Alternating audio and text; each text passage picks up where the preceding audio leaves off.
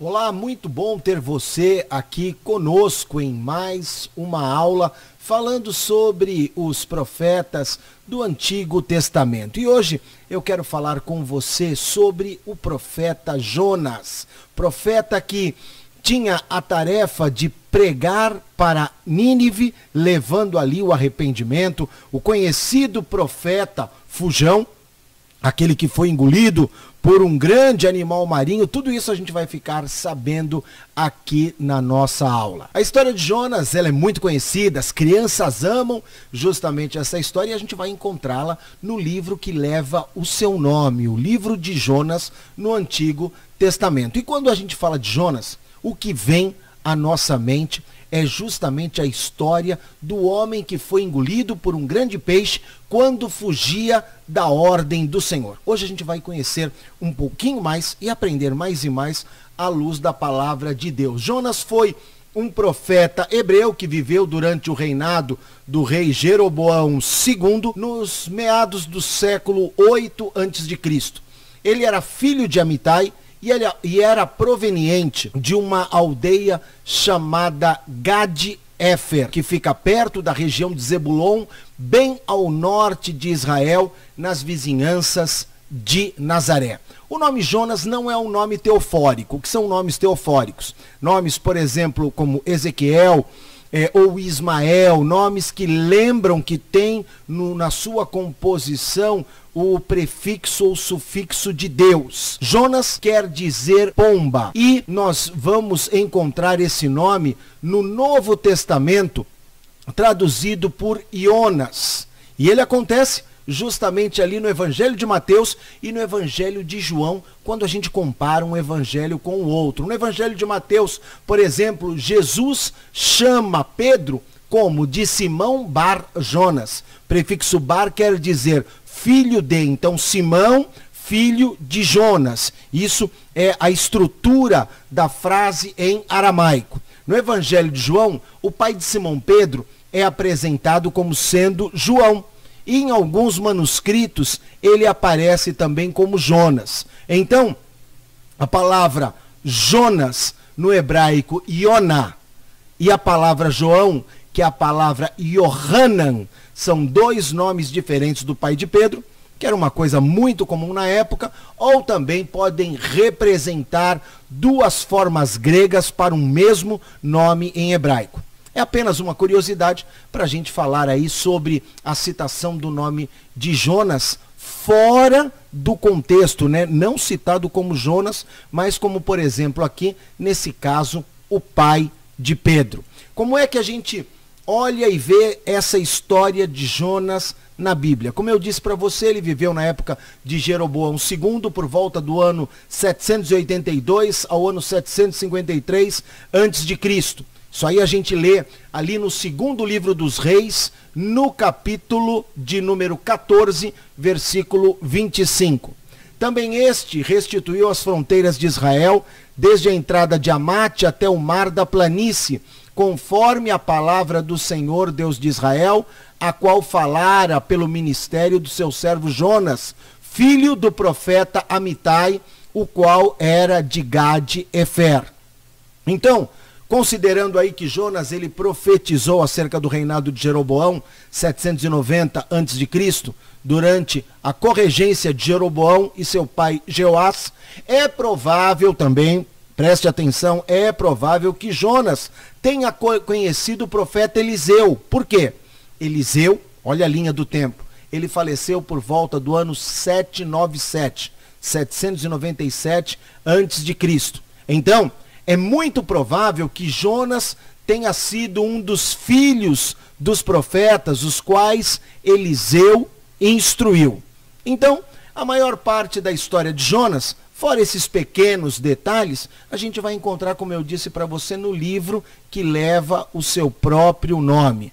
De acordo com esse livro, o livro de Jonas, o que Deus fez? Deus ordenou que o profeta fosse à cidade de Nínive e clamasse contra ela, falasse para Nínive daquilo que era o seu pecado e ministrasse o arrependimento para Nínive.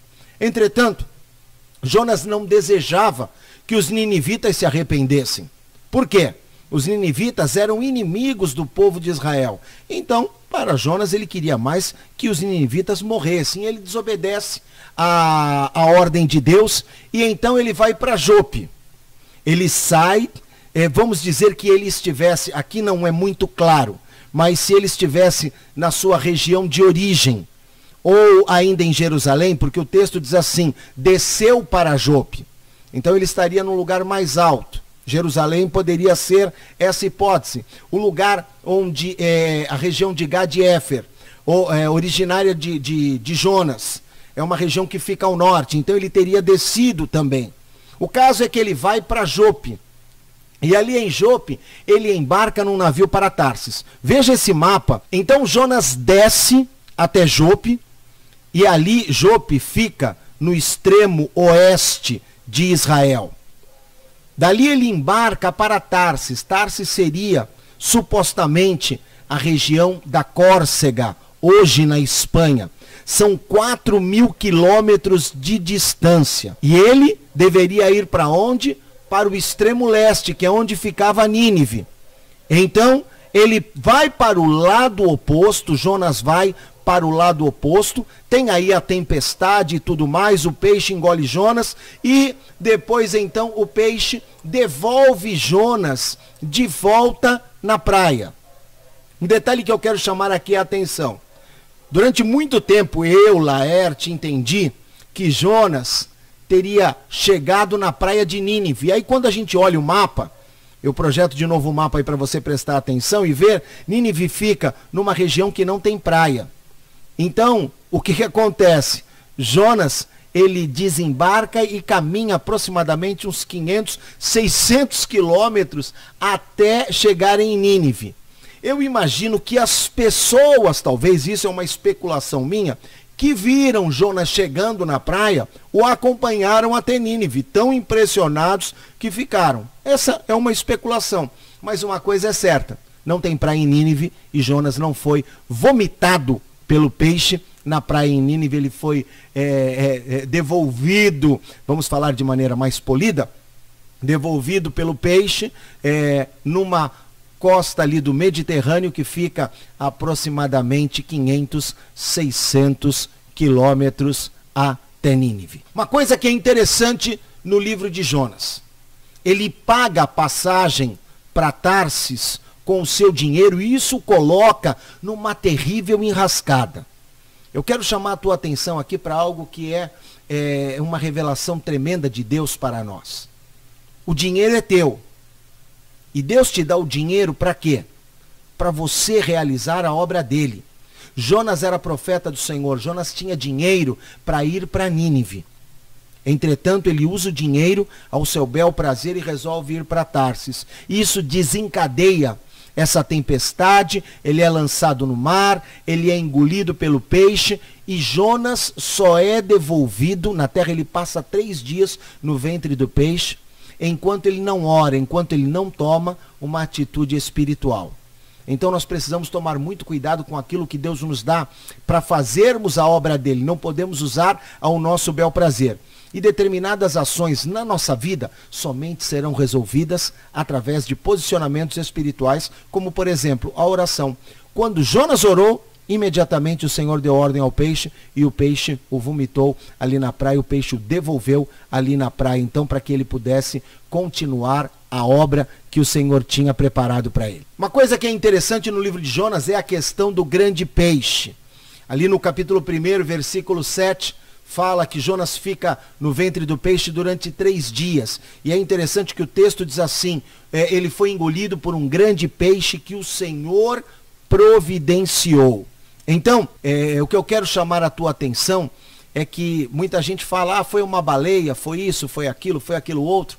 Querido, querida, existem diversas espécies de peixe que poderiam ter engolido Jonas. Inclusive, existem relatos, se você for olhar na internet, você vai pesquisar e vai ver relatos onde pessoas foram engolidas por peixe. E eu li um relato, estudando para essa aula, eu li o relato de um homem que permaneceu 15 horas no ventre de um cachalote e foi retirado dali vivo. Esse homem teve sequelas, Mas o que me chama a atenção é que Deus quis fazer desse jeito. Deus preparou o peixe, Deus realinhou Jonas aquilo que era o seu chamado. Então, se algum dia alguém falar para você, olha, é baleia, não é baleia? A Bíblia, ela não tem essa definição específica do animal que foi, do cetáceo que foi, do bicho que foi. Existem traduções no grego que elas falam de um grande monstro marinho, traduzindo sobre aquilo que teria engolido Jonas, mas não fala especificamente que foi uma baleia. Nós vamos encontrar, então, correntes de pensamento que defendem a ideia A, a ideia B, a ideia C. Um tubarão-baleia, por exemplo, tubarão-baleia, ele atinge um tamanho enorme, ele não tem dentes e ele pode, inclusive, engolir um tubarão azul de até 2 metros. Existe já uma confirmação como essa. Então, nós vemos aí que o correto seria dizer que Jonas foi engolido por um grande peixe. E o que mais me faz crer que isso é verdade, me dá paz, né? Não apenas porque está escrito na Bíblia, é que o texto fala que o Senhor o preparou. Enquanto Deus prepara alguma coisa, aí então tudo pode acontecer. Foi assim quando o povo de Israel saiu do Egito e o Senhor soprou um vento e fez com que eles atravessassem o Mar Vermelho a pé enxuto. Foi como eles atravessaram o Jordão depois de 40 anos de caminhada no deserto. Era época de cheia, e quando a planta do pé dos sacerdotes, Josué capítulo 3, nos fala sobre isso, tocou as águas do Jordão, elas se separaram, elas se secaram, e o povo também atravessou aí a pé enxuto. Então Jonas, ele chega a Nínive, lá já no capítulo 3 de Jonas, depois de ter sido vomitado pelo grande peixe, ele resolve obedecer a ordem de Deus e chega a Nínive. Ele prega, como Deus havia ordenado, a cidade se arrepende do seu pecado e a cidade é poupada por Deus. Aí tem uma coisa que é muito interessante. Jonas fica tremendamente irritado. Livro de Jonas, capítulo de número 4. Por que essa irritação? Muitos estudiosos dizem que foi uma mistura de ciúme e antipatia. Falei para você que os ninivitas eram um povo pagão que eram inimigos também do povo de Israel. Então Jonas fica descontente, porque o povo se arrependeu, porque Deus iria poupar aquele povo. E aí Jonas fica descontente a tal ponto de pedir para Deus que o Senhor tirasse a sua própria vida. E aí Deus dá mais uma vez uma lição em Jonas, e é interessante a maneira como Deus trata com Jonas. O grande peixe, agora Deus faz nascer uma planta, e essa planta dá sombra para o profeta, e ele fica muito feliz. No dia seguinte, Deus manda uma lagarta, a lagarta ataca a planta, rapidamente ela é destruída. E aí Jonas fica irritado e pede de novo para morrer. E Deus usa então esse exemplo da planta e da sua piedade, mostrada por Jonas a ela, para ensinar ao profeta que ele deveria ter piedade pelo povo de Nínive. O interessante é que nesse ponto, Jonas 4:11, a história termina repentinamente e não faz qualquer referência nem ao profeta, nem à condição dele com relação a Nínive. Ou seja, não sabemos como é que Jonas ficou. Eu acho muito interessante quando as histórias não têm uma resposta na Bíblia, porque elas podem se encaixar naquilo que é a nossa realidade. Como é que você ficaria? Como é que eu e você ficamos? Eu vou trocar aqui a minha pergunta. Quando a graça de Deus alcança aqueles a quem nós ainda não aprendemos a amar. Vale aqui, então, essa reflexão. Trazendo, então, aqui para você um breve relato do personagem Jonas, um resumo do personagem Jonas. Viveu durante o reinado do rei Jeroboão II, em meados do século 8 a.C., era filho de Amitai, originário da província de Gad-Éfer, uma aldeia de Zebulon, vizinha de Nazaré, e o seu nome significa pomba. Um resumo do livro de Jonas. Primeiro, Jonas era um homem temente a Deus, que conhecia a Deus. Isso é muito importante. Por quê? Porque muitas vezes nós podemos achar que, olha, Jonas ele agiu desse jeito porque ele não conhecia Deus, ele era um desobediente qualquer. Não, Jonas não era um desobediente qualquer. Ele tinha conhecimento de Deus, ele era temente a Deus, ele tinha um chamado de Deus na vida dele. O problema de Jonas não estava no quanto ele conhecia o Senhor, mas sim o quanto o seu coração estava disposto a servir ao Senhor. Outra coisa, Jonas foge. E essa fuga de Jonas, né, ela pode ser caracterizada por algumas situações. Por exemplo, o medo de Jonas com relação à maldade dos ninivitas, ou até mesmo, como eu disse, o ciúme de Jonatas em não querer que os ninivitas se arrependessem. A Bíblia não deixa isso claro e ela dá margem que Jonas fugiu por quê? Por se negar a cumprir aquilo que Deus havia determinado. Não adianta ele fugir de Deus, Deus vai atrás dele. Isso também é uma lição para mim, para você, para nós aprendermos a nos sujeitarmos sempre ao Senhor.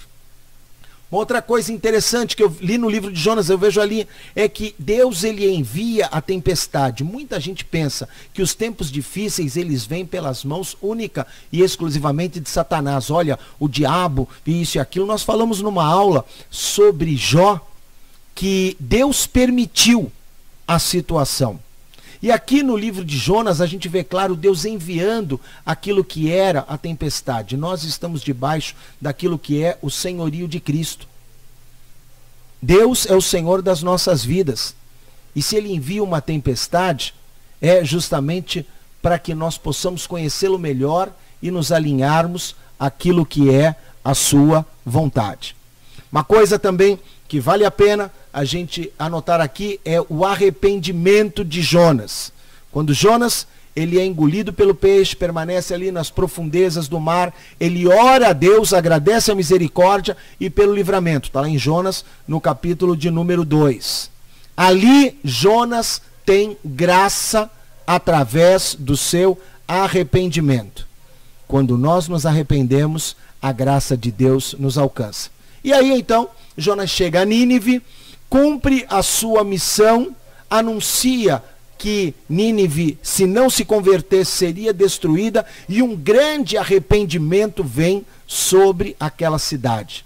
Mudança de comportamento e atitude. Aquele povo, um povo idólatra, um povo estranho, resolveu abandonar os caminhos que lhe pareciam até então bons e se submeteram à soberania da perfeita vontade de Deus. E por fim, aqui no livro de Jonas, o que nós vemos que a história poderia acabar de uma maneira bem diferente, mas termina de uma maneira inusitada. Por quê? Porque Jonas fica irado, Deus trata com ele, Deus fala com ele e não se sabe o que realmente Jonas definiu naquilo que é o seu coração.